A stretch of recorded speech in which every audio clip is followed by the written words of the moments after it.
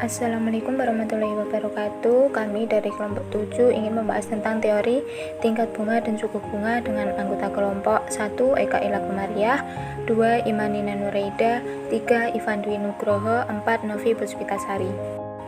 Ada beberapa subbab yang akan dibahas mengenai teori tingkat bunga dan suku bunga, yaitu 1. Pengertian tingkat bunga menurut klasik dan Keynes, 2. Pengertian suku bunga nominal dan suku bunga real, 3. Menghitung suku bunga nominal dan suku bunga real, 4. Pengertian dan faktor-faktor yang mempengaruhi suku bunga bank, 5. Komponen-komponen dalam menentukan bunga kredit, 6. Jenis-jenis pembebanan suku bunga kredit. Pengertian tingkat bunga menurut klasik dan Keynes. Menurut teori klasik, teori tingkat suku bunga merupakan teori permintaan penawaran terhadap tabungan. Teori ini membahas tingkat suku bunga sebagai suatu faktor pengimbang antara permintaan dan penawaran daripada investable fund yang bersumber dari tabungan. Berdasarkan teori klasik, bahwa tabungan masyarakat merupakan fungsi dari tingkat suku bunga. Jika semakin tinggi tingkat suku bunga, maka semakin tinggi pula keinginan masyarakat untuk menabung. Sedangkan, menurut teori Keynes, besarnya tabungan yang dilakukan oleh rumah tangga bukan tergantung dari tinggi rendahnya tingkat bunga. Keynes mengasumsikan bahwa perekonomian belum mencapai tingkat full employment. Dengan menurunkan tingkat suku bunga, investasi dapat dirangsang untuk meningkatkan produksi nasional. Dengan hal ini, setidaknya untuk jangka pendek, kebijaksanaan moneter dalam teori Keynes berperan untuk meningkatkan produksi nasional. Pengertian suku bunga nominal dan suku bunga real. Suku bunga nominal atau tingkat bunga nominal mengacu pada suku bunga sebelum disesuaikan dengan inflasi. Indikator ini memberitahu kita berapa banyak peminjam harus membayar di masa depan sebagai imbalan atas peminjaman rupiah hari ini. Istilah ini juga mengacu pada tingkat bunga surat utang yang dihitung berdasarkan persentase dari nilai nominalnya daripada harga pasarnya. Sedangkan suku bunga real merupakan suku bunga nominal dikurangi dengan inflasi. Misalnya, seperti inflasi yang diantisipasi ialah sebesar 3% dan suku bunga nominal berada pada 4,5%, maka suku bunga real sebenarnya yaitu sebesar 4,5% dikurangi dengan 3% atau sebesar 1,5%. Menurut Sunariah, suku bunga memiliki beberapa fungsi. Yang pertama, sebagai daya tarik bagi para penabung yang mempunyai dana lebih untuk diinvestasikan. Yang kedua, suku bunga dapat digunakan sebagai alat moneter dalam rangka mengendalikan penawaran dan permintaan. Yang ketiga, pemerintah dapat memanfaatkan suku bunga untuk mengontrol jumlah uang yang beredar. Menghitung suku bunga nominal dan suku bunga real. Suku bunga nominal merupakan tingkat bunga yang harus dibayar di samping pengembalian pinjaman pokok pada saat jatuh tempo dan merupakan penjumlahan dari unsur-unsur tingkat bunga. Rumusnya, IN sama dengan I kali M plus I kali P plus IT plus I besar kali I kecil.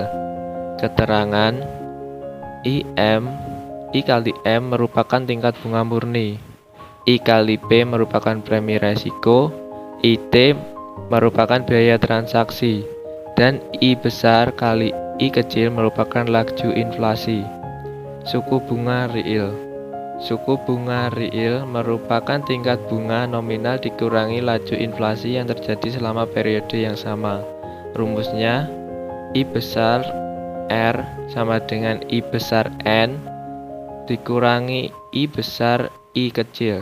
Keterangan, I besar R tingkat bunga real, I besar N merupakan tingkat bunga nominal, I besar I kecil laju inflasi yang terjadi pada periode tersebut. Pengertian dan faktor-faktor yang mempengaruhi suku bunga bank. Menurut Sugirno, terdapat dua pandangan mengenai faktor-faktor yang mempengaruhi tingkat suku bunga. Menurut pandangan ahli ekonomi klasik, tingkat bunga ini dipengaruhi oleh permintaan atas tabungan oleh para investor dan penawaran tabungan oleh rumah tangga.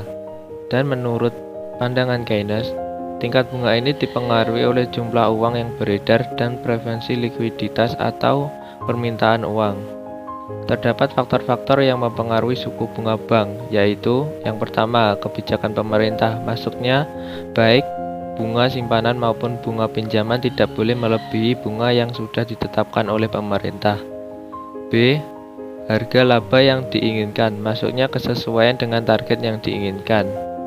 C. Kualitas jaminan, maksudnya jika semakin liquid jaminan yang diberikan, maka semakin rendah bunga kredit yang dibebankan dan begitu pun sebaliknya. D. Jangka waktu, maksudnya jika jangka waktu pinjaman semakin panjang, maka semakin tinggi pula bunganya. E. Hubungan baik, maksudnya hubungan yang terjadi antara pihak bank dengan nasabah. F. Produk dan kompetitif, maksudnya pada produk ini laku di pasaran dan bunga kredit yang diberikan pada produk ini relatif rendah dibandingkan dengan produk yang kurang kompetitif. G. Reputasi perusahaan, maksudnya dengan reputasi yang baik maka perusahaan tersebut akan mendapat kredit yang nantinya sangat menentukan tingkat suku bunga yang akan dibebankan nantinya. H. Persaingan, maksudnya dalam perebutan dana simpanan, di samping faktor promosi, pihak perusahaan juga harus memperhatikan pesaing. I. Kebutuhan dana, maksudnya jika bank kekurangan dana, sementara pemohonan pinjaman meningkat, maka pihak bank dapat melakukan cara dengan meningkatkan suku bunga simpanan. Komponen-komponen dalam menentukan bunga kredit. Komponen ini menjadi dasar penentuan bunga kredit yang akan diberikan kepada nasabah. Berikut beberapa komponen dalam menentukan suku bunga kredit, yaitu: pertama, total biaya dana, yaitu biaya untuk memperoleh simpanan setelah ditambahkan dengan cadangan wajib yang ditetapkan pemerintah. Biaya dana tergantung dari seberapa besar bunga yang ditetapkan untuk memperoleh dana melalui produk simpanan. Semakin besar atau mahal bunga yang dibebankan, maka semakin tinggi pula biaya dananya.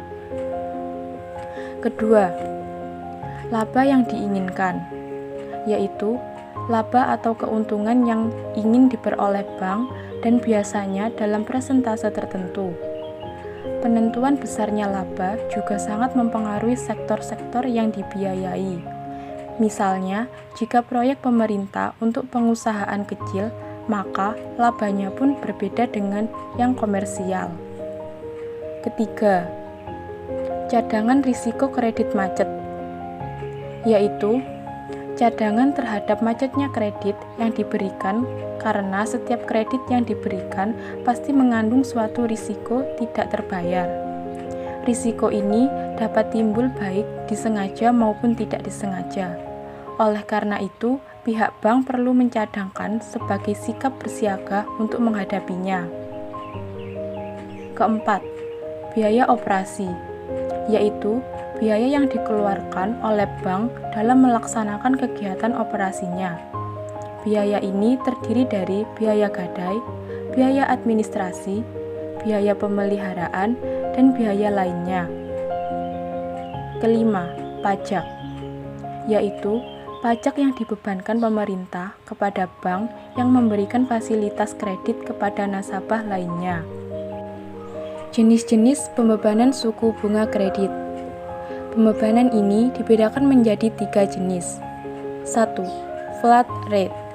Flat rate ini diberikan kepada kredit yang bersifat konsumtif, misalnya pembelian rumah tinggal, pembelian mobil pribadi, atau konsumtif lainnya. Pembebanan bunga setiap bulan tetap dari jumlah pinjamannya, sehingga angsuran setiap bulan juga sama sampai kredit lunas. 2. Sliding rate. Sliding rate ini diberikan kepada sektor produktif dengan maksud nasabah merasa tidak terbebani oleh pinjaman. Pembebanan bunga setiap bulan dihitung dari sisa pinjamannya, sehingga jumlah bunga yang harus dibayar nasabah setiap bulannya menurun seiring dengan turunnya pokok pinjaman. 3. Floating rate. Floating rate ini menetapkan besar kecilnya bunga kredit dikaitkan dengan bunga yang berlaku di pasar uang, sehingga bunga yang dibayar setiap bulan sangat tergantung dari bunga pasar uang pada bulan tersebut. Pada akhirnya, hal ini juga berpengaruh terhadap angsuran setiap bulannya, yaitu bisa juga tetap bisa naik maupun turun. Sekian penjelasan materi yang dapat kelompok kami sampaikan. Terima kasih. Wassalamualaikum warahmatullahi wabarakatuh.